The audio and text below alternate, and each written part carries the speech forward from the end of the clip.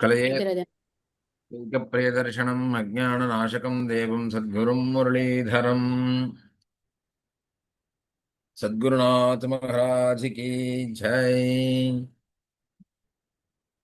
இப்போ நாம பேச போற விஷயம் என்னன்னா, மார்கழி மாதத்தினுடைய ஒரு சிரேஷ்டம், அதே மாதிரி நாமத்தினுடைய ஒரு பெருமை. இந்த மார்கழி மாசத்துல நாம சங்கீர்த்தனம் பண்றது அப்படிங்கறதோடைய ஒரு சிரேஷ்டத்தையும் பார்க்க போறோம். பொதுவா நாம சங்கீர்த்தனம் அப்படின்னா இந்த குறிப்பிட்ட நாள்ல தான் பண்ணணும் அப்படின்னு கிடையாது. என்ன தேச கால நியமஹா அப்படின்னு பார்த்துருக்கோம். குருநாதனும் சொல்றார், எந்த நியமமும் இல்லை அப்படின்னு, துளி நியமமும் இல்லாத கீர்த்தனம் பாடீரே அப்படின்னு. அப்போ இந்த ஒரு குறிப்பிட்ட மாதத்தை நாம விசேஷமா சொல்றதுக்கான அவசியம் என்ன அப்படின்னா, இப்போ நாம நித்தியமே தினமுமே நாம சாப்பிட்டுட்டு இருக்கோம். இருந்தாலும் பண்டிகை காலங்கள்ல விசேஷமா சாப்பிடுறோம் இல்லையா? தினமுமே கிரகத்துல பூஜை பண்ணிட்டு இருக்கோம். ஆனா உற்சவ காலங்கள்ல விசேஷமா பகவானுக்கு பண்றோம். அதனால நமக்கும் ஒரு சந்தோஷம், பகவானுக்கும் ஒரு சந்தோஷம். அதனால பகவானுடைய கிருபை நம்ம மேல வர்ஷிக்கிறது, நமக்கு அனுகிரகம் பண்றான் பகவான். நித்தியமே கிருஷ்ணனை கோகுலத்துல கொண்டாடின்னு தான் இருப்பா. அன்னைக்கு கிருஷ்ணனோட நட்சத்திரம் அப்படின்னா விசேஷமா கிருஷ்ணனை கொண்டாடுவோம். அந்த கிருஷ்ணனை கொண்டாடுறதுக்கு ஏதோ ஒரு காரணம் அவளுக்கு அவசியமா அவளுக்கு தேவைப்பட்டது. அதனால ஒரு காரணத்தை சொல்லிப்பா. ஆனா கொண்டாடிட்டே இருப்பா. அந்த மாதிரி நமக்கு 365 நாளுமே நாம சங்கீர்த்தனம் பண்ணிண்டு பகவான அர்ச்சனை பண்ணிண்டு கொண்டாடிட்டு இருக்கிறது ரொம்ப சிரேஷ்டம். அதுலயும் ஒரு கால் அந்த மாதிரி பண்ணாதவா, குறைஞ்சபட்சம் இந்த விசேஷ காலங்கள்லயாவது அந்த பகவானை நாம நினைச்சோம்னா அது நமக்கு ஒரு ஸ்ரேயஸ கொடுக்கும் அப்படிங்கிறது தான் பெரியவாளுடைய ஒரு அபிப்பிராயம். அதனால நம்மளுடைய சனாதனமான இந்த மதத்துல விசேஷமா இந்த மார்கழி மாசம் அப்படிங்கிறது இந்த ஒரு நாம சங்கீர்த்தனம் பகவானை கொண்டாடுறது அப்படிங்கிற இந்த பக்தி மார்க்கத்துக்கே விசேஷமான ஒரு மாசமா அமைஞ்சிருக்கு. நம்மளுடைய வாழ்க்கையில நாம எதுக்காக இப்போ பூஜை பண்ணணும், நாம எதுக்காக நாம சங்கீர்த்தனம் பண்ணணும் அப்படின்னா, நாம நினைச்சுட்டு இருக்கோம், நாம வாழ்க்கை வாழ்ந்துட்டு இருக்கோம், அது கரெக்ட். பார்ட் டைமா நாம சொல்றோம், பார்ட் டைமா நாம பஜனை பண்றோம்னா அது கொஞ்சம் ஒரு நமக்கு ஒரு நல்ல புத்தி இருக்கு, அதனால நாம அதெல்லாம் பண்றோம். மற்றபடி லைஃப் என்னன்னா சம்பாதிச்சு சாப்பிட்டு இப்படி லீட் பண்ணா அதுதான் கரெக்ட் அப்படின்னா நிறைய இன்னைக்கு நினைச்சுட்டு இருக்கோம். ஆனா பொதுவா அப்படி அதுக்காகவே வாழ்க்கை கிடையாது. நமக்கு தர்மம்னு ஒண்ணு இருந்தாதான் சௌக்கியம் அப்படின்னே ஒண்ணு வரும். தர்ம பலம் இல்லட்டா நாம சௌக்கியத்தை தேடின்னு போனாலும் சௌக்கியம் நாம ஃபீல் பண்ண மாட்டோம். இப்ப பணம் தான் சுகத்துக்கு காரணம்னா பணம் இருந்துட்டாலும் சுகப்படாம இருக்கா சில பேர். இன்னும் நிறைய சுகத்தோட காரணங்கள்லாம் இருந்தாலும் சுகம் இல்லாம போறது. ஆனா பணம் இல்லாட்டாலும் எவ்வளவு பேர் நிம்மதியா சுகமா இருக்கா. இந்த மாதிரி நிறைய அடிக்கின்றே போலாம். அப்போ இந்த சௌக்கியமா நாம இருக்கிறதுக்கு என்ன காரணமா இருக்கும் அப்படின்னா நம்மளுடைய கர்மாக்கள். அதனாலதான் கிருஷ்ணர் பாகவதத்தை சொல்றார், கர்மனா ஜாயத்தே ஜந்து கர்மனைவ விலீயதே அப்படின்னு. இது மத்த புராணங்களையும் இந்த வசனங்கள்லாம் சொல்லப்படுறது. சுகம் துக்கம் பயம் சோகம் கர்மனைவ பிரபத்தியதே. ஒருத்தன் சுகத்தை அடையணும்னாலும் சரி, துக்கத்தை அடையணும்னாலும் சரி, எல்லாத்துக்குமே ஒரு பயம் வருது, ஒரு பணம் வருது, எல்லாமே கர்மத்தினாலதான். நம்மளுடைய கர்மா தான் நமக்கு கொண்டு வந்து கொடுக்கறது. ஆனா இப்படி சொல்லிட்டா நம்ம முதல்ல ஒரு சந்தேகம் வந்துடும். எல்லாம் விதிப்படி நடக்கிறது அப்படின்னா நாம எதுக்கு ஏதாவது பண்ணணும், சும்மாவே உட்காந்துட்டு இல்லாமே அது விதிப்படியே அது நடக்கும் அப்படின்னு. அது நாம தவறா புரிஞ்சுட்டு இருக்கிறது. கர்மா தியரி அப்படின்னு சொல்றது நாம சும்மா இருக்கிறதுக்காக இல்ல. கர்மா தியரி எதுக்காக அப்படின்னா நம்ம வாழ்க்கைய நன்னா அமைச்சிக்கிறதுக்காக தான் கர்மா தியரி. இப்ப புரியுற மாதிரி சொல்லணும்னா, இப்ப நேத்திக்கு நாம ஒரு துக்கப்பட்டோம். அந்த நேத்திக்கு பட்ட துக்கத்த போயிட்டு இன்னைக்கு நாம சரி பண்ண முடியாது. இனிமேல் அந்த துக்கப்படாம இருக்கலாம் அப்படிங்கிற மாதிரி நாம வந்து தேதியை போய் கிழிச்சிட்டு இன்னைக்கு 7ஆம் தேதினா 6ஆம் தேதி ஒரு கஷ்டப்பட்டோம்னா 6ஆம் தேதி திருப்பியும் கார்த்தாலைக்கு போயிட்டு நாம சரி பண்ணிக்கலாம்லாம் பண்ண முடியாது. அப்போ பட்ட கஷ்டத்துக்கு ஒரு மனசாந்தி, மனசுல ஒரு அமைதி உண்டாக்குறதுக்கு என்னன்னா, எல்லாம் விதி அப்படி நடந்திருக்கு, நம்ம கர்மா அப்படின்னு பட்ட கஷ்டத்த ரொம்ப கவலையே பட்டுன்னு இருக்க வேண்டாம் அத நினைச்சே அப்படிங்கிறதுக்காக சொல்றது. ஆனா நாளைக்கு நாம கஷ்டப்படக்கூடாதுன்னா இன்னைக்கு தயார் பண்ணி வச்சுக்கலாம் இல்லையா? அப்போ நாளைக்கு இந்த கஷ்டத்த நாம திருப்பி பண்ணக்கூடாதுன்னா, இன்னைக்கு நாம நல்ல கர்மாக்கள பண்ணணும். ஃபியூச்சர் இப்ப நேத்திக்கு பரீட்சை நடந்தது. 1 வாரம் முன்னாடி ஒழுங்கா படிக்கல, சரியா எழுதல. இப்ப அடுத்த வாரம் இனிமேல் போய் பரீட்சைய சரி பண்ண முடியாது. அடுத்த வாரம் பரீட்சைன்னா, அப்ப இன்னிலேருந்து நான் ஒழுங்கா படிக்கலாம். இன்னிலேருந்து ஒழுங்கா படிச்சு அடுத்த வாரம் பரீட்சை எழுதலாம் அப்படின்னது இன்றைய பொழுது, இந்த நிகழ்காலம் பிரசன்ட் டென்ஸ் அப்படிங்கிறது நம்ம கையில இருக்கே. இத நாம ஒழுங்கா உபயோகப்படுத்தினோம்னா, எதிர்காலம் நன்னா இருக்கும். அப்ப நாம என்ன பண்றோமோ, அதுதான் நமக்கு பின்காலத்துல வரும். நாம ஏற்கனவே என்ன பண்ணோமோ, அதுதான் இப்ப கஷ்டத்த குடுக்கறது, இல்ல சுகத்த குடுக்கறது. அப்ப நாம சௌக்கியமா இருக்கணும் அப்படின்னு நெனைச்சுண்டா, நாம என்ன பண்ணணும்னா, நல்ல கர்மாக்கள், நல்ல விஷயங்கள், தர்மங்கள இப்ப பண்ணணும். அப்படின்னு தெரியாது. அதுக்காக தான் இந்த கர்மா தியரிங்கிறதே. நேத்து இது இனிமேல் நாம திருத்த முடியாது. நாளை இது நம்ம கையில தான் இருக்கு. அதுக்கு இன்றைக்கு உழைக்கணும். இன்றைக்கு நல்ல விதமா பண்ணணும். அப்படின்னு எல்லாம் நம்ம கையில தான் இருக்கு. அப்போ நாம நல்ல கர்மாக்கள பண்ணணும். நாம உயரணும் அப்படின்னு சொன்னா, எப்படி ஒருத்தன் பரீட்சையில முதல்ல வரணும்னா, இன்னைக்கு ஒழுங்கா படிக்கணும். வாழ்க்கையில நல்ல நிலைமைக்கு முன்னாடி வரணும்னா, இன்றைக்கு ஒழுங்கா உழைச்சு சம்பாதிக்கணும். 4 பேர்ட்ட நல்ல பேர் வாங்கணும்னா, இன்றைக்கு ஒழுங்கா கமிட்டடா ஒரு வொர்க்க பண்ணணும். அது நம்ம கையில தானே இருக்கு. அந்த ஒரு நியமம் தான் இந்த கர்மா தியரி அப்படிங்கிறது. அது மாதிரி நமக்கு ஒரு சௌக்கியம், ஒரு நல்ல சத்கதி அடையணும் அப்படின்னு சொன்னா, நாம பகவான ஆசிரயிச்சு, நாம சங்கீர்த்தனம் பண்ணி, தபசு பண்ணி, ஞான விசாரம் பண்ணி, இத்தனைய ஒரு சாதனைகள பண்ணா தான் உயர்ந்த நிலைய அடைய முடியும். அந்த நிலைய நான் அடைய வேண்டாம். இந்த உலகத்திலேயே நான் இருந்துட்டு இருக்கேன். சம்பாதிக்கிறேன், சாப்பிடுறேன், தூங்குறேன். இதுவே போரும் அப்படின்னு சொன்னா, அது வந்து ஒரு புத்திசாலித்தனமான வாதமா ஆகாது. ஏன்னா, நாம நன்னா சாப்பிடுறோம். அதே அந்த ஒரு ஆகாரம் ரொம்ப ஜாஸ்தி ஆயிடுத்து அப்படின்னா, நமக்கு அது வியாதியாருது. சுகர் நமக்கு புடிச்சிருக்கு. நெறையா பண்ணா சுகர் அது ஒரு வியாதியாயிடுறது. இந்த மாதிரி இந்த உலகத்துல ஆக்சுவலா பார்த்தா, நமக்கு எல்லாமே ஒரு துக்கத்துல கொண்டு போய் முடியறதா தான் இருக்கு. நாம ஒழுங்கா இருந்தா கூட இப்ப ரோட்ல ஒருத்தன் நன்னா வண்டிய ஓட்டின்னு போறான். நாம ஒழுங்கா ஓட்டிட்டு போனாமுன்ட்டு பாராது. எதிர்க்க இருக்கிறவனும் ஒழுங்கா வரணும்னு. அந்த மாதிரி நமக்கு நாம ஒழுங்கா இருக்கோன்னுவோம். வேற ஏதாவது நம்மள வந்து பாதிக்கும். இது இந்த உலகத்தினுடைய இயற்கை. அப்போ நாம எப்படி வாழணும் அப்படின்னு சொன்னா, பகவான புடிச்சுண்டே தான் வாழணும். நமக்கு ஒரு பெரிய மனசாந்தி, மனோபலம் அப்படிங்கிறது எங்க கிடைக்கும் அப்படின்னு சொன்னா, குருவோட சரணார விந்தத்தில தான் அப்படின்னு புராணங்கள்லாம் சொல்றது. இந்த குருவ பிடிச்சுண்டு, அந்த ஒரு சத்தான வாழ்க்கை, நாம சங்கீர்த்தனம், பகவான்ட்ட பிரார்த்தனை பண்றது அப்படிங்கிற ஒரு முறை இருக்கு இல்லையா?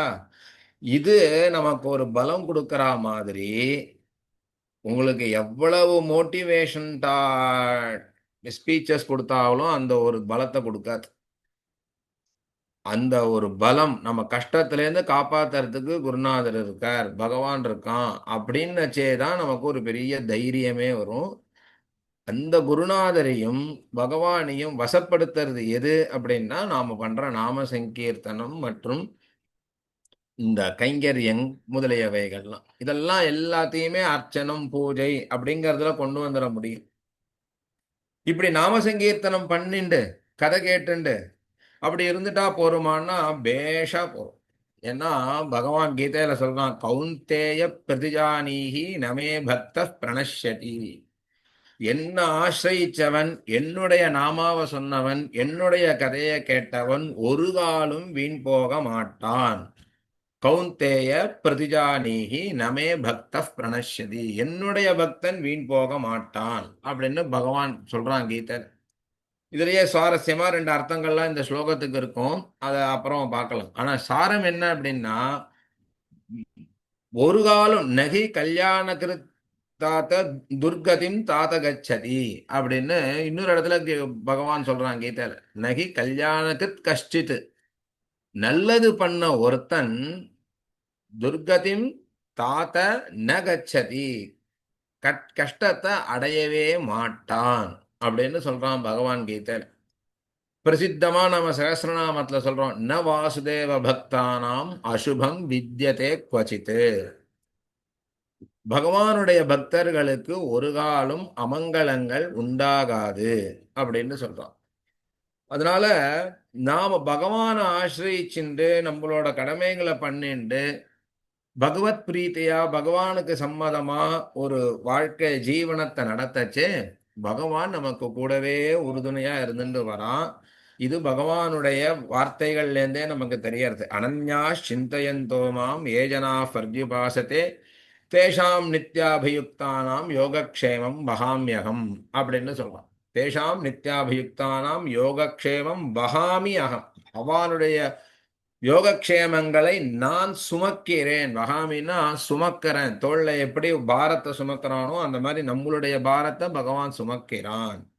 யாருக்கு யாருடைய பாரத்தை அப்படின்னா, அனன்யா சிந்தயந்தோமா, யாரு தன்னுடைய பொறுப்பெல்லாம் பகவான் கிட்ட ஒப்படைச்சிட்டு அக்கடான்னு நாம சங்கீர்த்தனம் பண்ணிட்டு கதையை கேட்டுன்னு இருக்கானோ, கைங்கரியம் பண்ணிட்டு இருக்கானோ, குருநாதர் சொல்ற வாழ்க்கையிலேயே வழிமுறையிலேயே வாழ்க்கையை நடத்தின்னு இருக்கானோ, அவனுடைய வாழ்க்கை பொறுப்பை பகவானே எடுத்துட்டு இருக்கான்.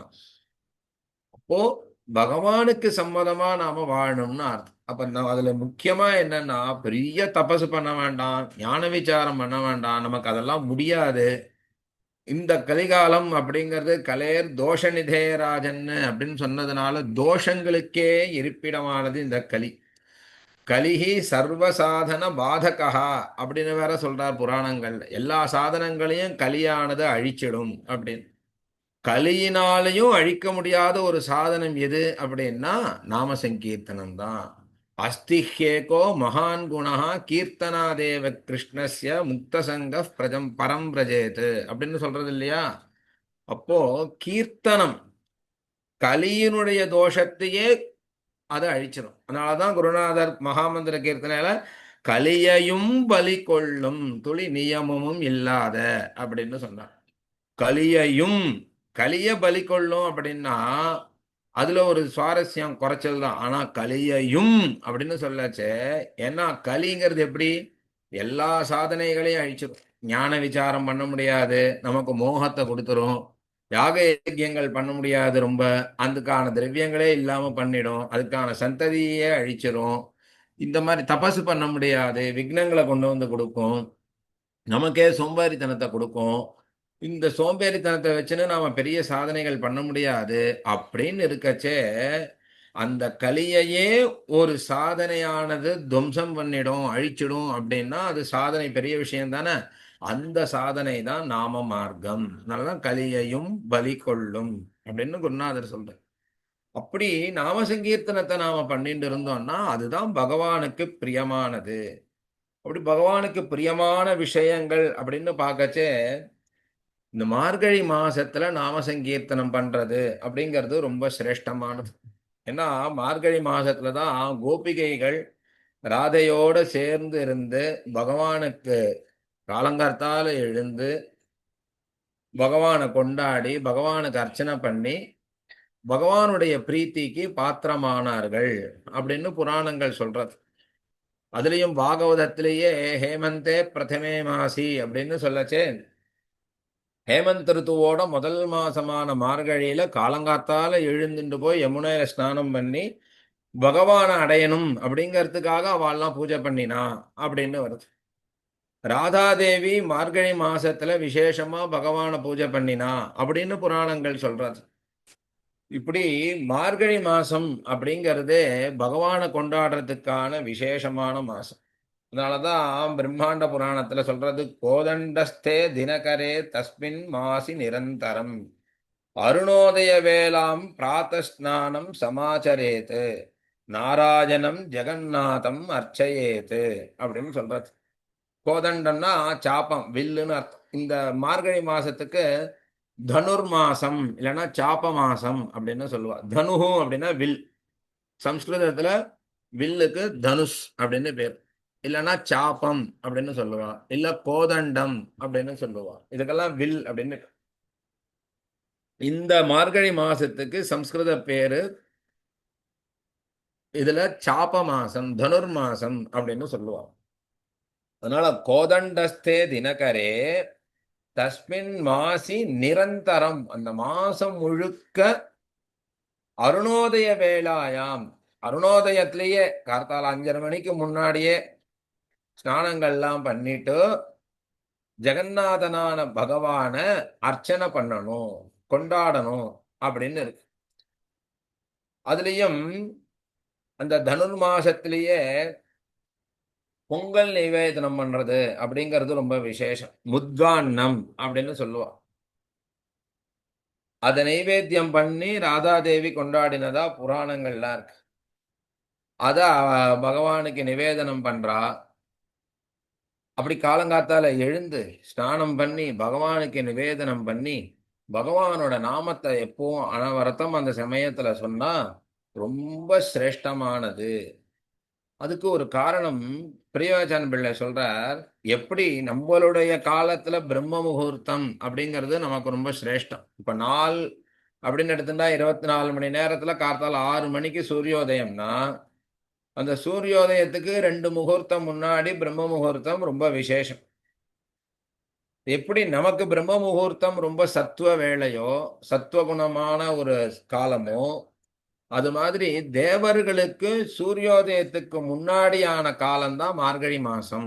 அதாவது அவளுடைய பிரம்ம முகூர்த்தம் தான் இந்த மார்கழி மாசம்.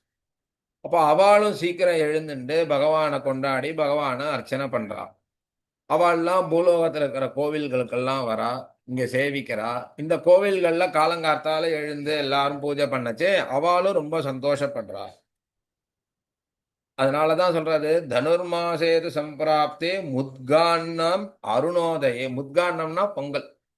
அத அருணோதயத்துல பகவானுக்கு நிவேதயந்தி, நிவேதனம் பண்ணிட்டு ஹரையே தேவை முக்தா நசம்சயா, பகவானுக்காக அந்த பொங்கலை நைவேத்தியம் பண்ணி நாம சங்கீர்த்தனம் பண்றவர்கள், பகவான அர்ச்சனை பண்றவர்கள் முக்தாக நசம்சயா, அவர்கள்லாம் முக்தி அடைந்தவர்களாகவே எடுத்துக்கலாம். அதுல ஒரு சந்தேகமும் கிடையாது அப்படிங்கிற.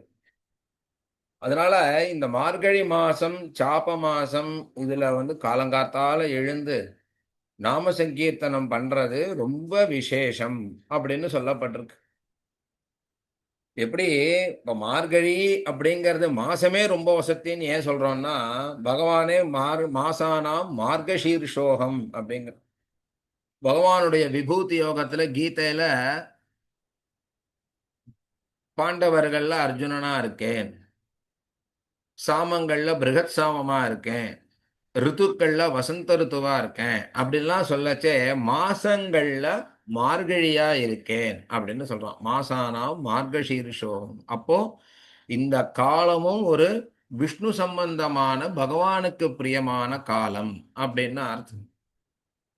அதே மாதிரி மாசத்தை கொண்டாடுறதுக்கு என்ன இன்னொரு காரணம்னா, இந்த காலத்துல நமக்கு பகவானை விசேஷமா கொண்டாடுறதுக்குன்னு ஒரு பிரத்யேகமா உரிமை உண்டு. என்னன்னா, இந்த பிரசாதத்தை காலங்கார்த்தால நீங்க ஏதாவது அனுஷ்டானம் பண்ணிட்டு நித்திய கர்மாக்கள் எல்லாம் முடிச்சிட்டு அதுக்கப்புறம் தான் பூஜை பண்ணணும், அதுக்கப்புறம் பிரசாதத்தை எடுத்துக்கணும் அப்படிங்கிறதெல்லாம் சாமானிய காலத்துல உண்டு. ஆனா மார்கழி மாசம் தனுர் மாசத்துக்கு என்ன விசேஷம்னா, கார்த்தால எழுந்து ஸ்நானம் பண்ணிட்டு நேர பூஜை பண்ணி நைவேத்தியம் பண்ணிட்டு அந்த பிரசாதத்தை நாம அப்பவே சாப்பிடலாம். அதனால தோஷமே கிடையாது அப்படின்னு புராணங்கள்லாம் சொல்றது. சங்கம கால அந்த சமயத்திலேயே சாப்பிடலாம். அனுஷ்டானம் பண்ணலையே, கர்மாக்களை முடிக்கலையே அப்படின்லாம் கவலைப்பட வேண்டாம். ஏன்னா இது விகிதமானது. இது ஆம், சாஸ்திரங்களே சொல்றதுனால நமக்கு அந்த பூஜையை பண்ணி பிரசாதம் எடுத்துக்கிறதும் ரொம்ப விசேஷம் அப்படின்னு அர்த்தம். அதனாலதான் ஆண்டாள் ஆரம்பிக்கச்சேயே மார்கழி திங்கள் மதி நிறைந்த நன்னாளால் அப்படின்னு ஆரம்பிக்கிறார். மார்கழி திங்கள் அப்படின்னா மார்கழி மாசம் அப்படின்னு அர்த்தம். திங்கள்னா மாதம் அப்படின்னு பொருள். அதுல மதி நிறைந்த நன்னாள் அப்படின்னு சொல்லச்சு என்ன காரணம் அப்படின்னா, மார்கழி மாசத்துல பகவானை நம்ம விசேஷமா சேவிக்கிறோமேங்கிறதுனாலயே மார்கழி மாசம் ஒரு விசேஷம் அப்படின்னு. இந்த ராமாயணத்துல பார்த்தேன்னா வால்மீகி எழுதுவார், சைத்திர மாசத்தை சைத்திர ஸ்ரீமான் அயம் மாசகா அப்படின்னு. இந்த சித்திர மாசத்தை ஸ்ரீமான் ஸ்ரீமான்னு கொண்டாடுவர். லக்ஷ்மியு கடாட்சம் நிறைந்த மாதம் சித்திர மாசம் அப்படின்னு. ஏன் அப்படின்னா அந்த மாசத்துல தானே பகவான் அவதாரம் பண்ணான், சைத்திரத்துல தானே ராமநவமி வருது அப்படின்னு அயோத்தியா காண்டத்துல கொண்டாடுற. ராமன் பிறந்ததுனாலேயே இந்த மாசம் ரொம்ப சிறப்புற்றது அப்படின்னு சொல்றது போல, பகவானுடைய சொரூபமா இருக்கிறதுனாலையும் பகவானை நாம கொண்டாடுறதுக்கு ஒரு வாய்ப்பு கொடுக்கறதுனாலேயுமே இந்த மார்கழி மாசம் ரொம்ப சிறப்பான மாசம் அப்படின்னு நான் அதனால மார்கழி திங்கள் மதி நிறைந்த நன்னாளால் அப்படின்னு சொன்னான். நன்னாள் அப்படின்னா பகவானை நாம விசேஷமா கொண்டாடலாம். அதுக்கு சாஸ்திரமும் சம்மதமா இருக்கு. எந்த ஒரு நியமமும் நம்மளை கட்டுப்படுத்துற மாதிரி இல்லை. அதனால மார்கழி மாசம் விசேஷமா கொண்டாடுறதுக்குன்னே இருக்கிறதுனால நமக்கு நிறைய லௌகீக காரியங்களோ இல்ல வைதீக காரியங்களோ நமக்கு தொந்தரவு படுத்துற மாதிரி இல்லாம காலங்காத்தாலேயே எல்லாம் முடிஞ்சிடும். நாம சங்கீர்த்தனம் பண்ணிட்டு ஊர் முழுக்க பஜனை பண்ணிட்டு வீதி பஜனை எல்லாம் இந்த மார்கழி மாசம்தான் ரொம்ப சிரேஷ்டமா நடக்கும். இந்த மார்கழி மாசத்துல தான் வர ஏகாதசி, சுக்லபக்ஷ ஏகாதசிக்கு மோக்ஷ ஏகாதசின்னு பேர், வைகுண்ட ஏகாதசி அப்படின்னு பேர். அதனால பகவானுக்கு ரொம்ப விசேஷமான காலம் மார்கழி மாதம் அப்படிங்கிறது. இதுலயும் காலங்கார்த்தால எழுந்து பகவானுக்கு நம்மளால் இயன்ற அளவுக்கு பூஜை பண்ணி நைவேத்தியம் பண்ணி நாம சங்கீர்த்தனம் பண்ணணும். குறைஞ்சபட்சம் நமக்கு திருப்பாவை தெரியல, திருவம்பாவை தெரியல, இல்ல ஸ்தோத்திரங்கள் தெரியலன்னா இதெல்லாம் கவலையே பட வேண்டாம். அதனாலதான் அர்ச்சையே வெறும நாம சங்கீர்த்தனம் பண்ணா போதும். அர்ச்சனைன்னா புஷ்பத்தை எடுத்துட்டு பூஜை பண்ணணும்னு அவசியம் இல்லை. ஏன்னா பொருளோ செலவில்லை அருளோ குவிந்திடும் அப்படின்னு குருநாதருடைய வாக்குப்படி நாம சங்கீர்த்தனம் பண்ணா 4 பேர் ஜால்ரா தட்டுறா, நமக்கு ஜால்ரா போடுறதுக்கு கூட தெரியலன்னா கூட பரவாயில்ல. ஹரே ராம ஹரே ராமா ராம ராம ஹரே ஹரே ஹரே கிருஷ்ணா கிருஷ்ண கிருஷ்ணா ஹரே ஹரே அப்படின்னு நம்ம ஹரே ராமன்னு நாம சங்கீர்த்தனம் பண்ணிட்டு குறைஞ்சபட்சம் ஒரு 15 நிமிஷம் சூரியோதய சமயத்துல, அதான் அருணோதயே அப்படின்னு சொல்றான், அந்த சமயத்துல பகவானுக்கு நாம சங்கீர்த்தனம் பண்ணி அதனால பகவான் சந்தோஷப்படுற மாதிரி எதுனாலையும் சந்தோஷப்பட மாட்டான். நம்மளுடைய தகுதிகளை பார்த்து பகவான் சந்தோஷப்பட மாட்டான். நம்மளுடைய நாம சங்கீர்த்தனம் பண்றதையும் நாம பண்ற கைங்கரியத்தையும் பார்த்துதான் பகவான் சந்தோஷப்படுறான். இப்படி பகவான் சந்தோஷப்பட்டுட்டா அப்புறம் என்ன இருக்கு? சுகாச்சாரியார் சொல்றாரு இல்லையா, கிமலபியம் பகவதி பிரசன்னே ஸ்ரீநிகேதனே. குருநாதர் சந்தோஷப்பட்டுட்டார், பகவான் சந்தோஷப்பட்டுட்டான்னா அதுக்கப்புறம் கிடைக்காதது எது இருக்கு லோகத்துல? எல்லாம் கிடைச்சிடும். ஏன்னா பகவான் சர்வசக்தன், எல்லாத்தையும் கொடுக்கறதுக்கு சக்தி உடையவன், ஸ்ரீநிகேதனன் அப்படின்னு சுக்காச்சாரியார் சொல்றார். அவனுக்கு தான் எல்லாத்துக்கும் அதிபதி, சர்வ நியந்தா சர்வ சகல விதமான சக்தியை உடையவன், அனுக்கிரகம் நிரம்பியவன். சில பேர் சக்தி இருக்கு ஆனா அனுக்கிரகம் பண்றதுக்கான கருணை இல்லை அப்படின்னுட்டா அந்த சக்தியினால என்ன பிரயோஜனம்? பகவான் சர்வசக்தன், சர்வசக்தனுக்கு மேல அவனுக்கு தயை அப்படின்னு ஒண்ணு இருக்கு, கருணை. அந்த கருணையை கொண்டு பகவான் நாம பண்ணக்கூடிய இந்த நாம சங்கீர்த்தனத்தினால சந்தோஷப்பட்டு அவன் அனுகிரகம் பண்ணினான்னா நமக்கு என்னென்ன பலன் நாம இகலோகத்துக்கு எதிர்பார்க்கிறோமோ அதையும் கொடுப்பான். பரலோகத்துல இன்னும் உயர்ந்த ஸ்திதியை அடையணுமோ அதுவும் பகவான் கொடுப்பான். நாம எதையும் வேண்டக்கூடாது அப்படின்லாம் கிடையாது. ஏன்னா பகவானே என்ன சொல்றான்? சதுர்விதா பஜந்தே மாம் ஜனா சுகிருத்தினோ அர்ஜுன ஆர்த்தோ ஜிக்ஞாசுர அர்த்தார்த்தி ஞானீச்ச பரத ரிஷபா அப்படின்னு சொல்றான். 4 விதமான பக்தர்கள் பகவான சேவிக்கிறா அப்படின்னு. கஷ்டப்படுறவா, என் கஷ்டத்தை போக்கணும் அப்படின்னு கேட்கிறவா இருக்கா. ஆர்த்தகா, அர்த்தார்த்தி, பொருள் வேணும் அப்படிங்கிறதுக்காக போய் பகவானை வேண்டிக்கிறா. இல்ல ஞானத்தை அடையணும், மோட்சத்தை அடையணும்னு வேண்டிக்கிறா. இல்ல பகவானே தான் வேணும்னு பகவானுக்காக தான் பகவான் கிட்ட பக்தி பண்றா. அப்படிப்பட்ட ஞானிகள் 4 பேருமே உசந்தவா தான். உதாரா சர்வ ஏவைத்தே, எல்லாருமே ஒசத்திங்கிறான் பகவான். பகவான்கிட்ட போய் நீ இதை பிரார்த்தனை பண்ணிட்ட அப்படின்னா, என்கிட்ட இதெல்லாம் கேட்டுன்னு வராத அப்படின்னுலாம் பகவான் விளக்க மாட்டான். அதையும் அவாளையும் பகவான் சேர்த்துக்கிறான். ஏன்னா இது வேணும் அது வேணும்னு ஆசைப்பட்டு அப்பா அம்மாட்ட போய் கேட்டா அப்பா அம்மா சந்தோஷம் தானே படுவா. அந்த அப்பா அம்மாட்ட கேட்காம இவன் வேற எங்கேயாவது போய் எதையாவது தப்பு பண்ணினானா தானே வருத்தப்படுவா. உனக்கு ஏதாவது வேணும்னா என்கிட்ட கேட்க வேண்டியதானடா, நான் கொடுக்க மாட்டேனா அப்படின்னு அம்மா அப்பா சொல்லுவா இல்லையா. அந்த மாதிரி பகவான் நம்ம என்ன வேணுமோ பகவான்கிட்ட போய் கேட்போம், நாம சங்கீர்த்தனம் பண்ணுவோம். நம்மளுடைய கஷ்டங்கள்லாம் பிரார்த்தனையினாலேயே சரியா போயிடும். எல்லாத்துக்கும் பிரார்த்தனை இருக்கு. மனம் உருகி ஸ்ரத்தையா நாம போய் பகவான்கிட்ட பிரார்த்தனை பண்ணோம்னா நிச்சயமா அந்த பிரார்த்தனைக்கான பதில பகவான் கொடுப்பான். ஆனா நாம நாம சங்கீர்த்தனம் பண்ணிட்டு பகவானுக்கு சம்மதமா இருக்கணும். அது நிச்சயமா பலம் உண்டு. பகவானை பிடிச்சுன்னு இருக்கிறது தான் நாம சங்கீர்த்தனம் பண்ணிண்டு சத்சங்கத்துல நாம இருந்துட்டு இருக்கிறது தான் நமக்கு உண்மையான பலம். இந்த பலம் நமக்கு ஸ்ட்ரெஸ்ஸை ரிலீவ் பண்ணிடும். மனசுல ஏதாவது ரொம்ப அழுத்தம் இருக்குன்னா அது போயிடும். வாழ்க்கையில கஷ்டம் இருக்குன்னா கஷ்டம் போயிடும். நமக்கு ஏதாவது லாபம் அடைய வர வேண்டி இருக்குன்னா லாபத்தை தேடி கொண்டு வந்து கொடுக்கும். அதனாலதான் வியாசாச்சாரியார் சொல்றார், ந வாசுதேவ பக்தானாம் அசுபம் வித்யதே குவச்சித்து. எங்கேயுமே வாசுதேவ பக்தர்களுக்கு அசுபம் அமங்கலம் அப்படிங்கிறதே கிடையாது அப்படின்னு சொல்றோம். எது நாம சங்கீர்த்தனம் பண்ணிண்டு ஆரம்பிக்கிறோமோ அதுதான் நல்ல நேரம். நாம சங்கீர்த்தனம் பண்ணிண்டே ஒரு காரியம் பண்றோம்னா அந்த காரியம் நிச்சயமா சக்சஸ்ஃபுல்லா முடியும். இதெல்லாம் சாஸ்திரங்கள்லயே சொல்லியிருக்கு. ததேவ லக்னம் சுதினம் ததேவ தாராபலம் சந்திரபலம் ததேவ வித்யாபலம் தெய்வபலம் ததேவ லக்ஷ்மி பதேஹே அங்கிரியுகம் ஸ்மராமி அப்படின்னு சொல்லியிருக்கிறதுனால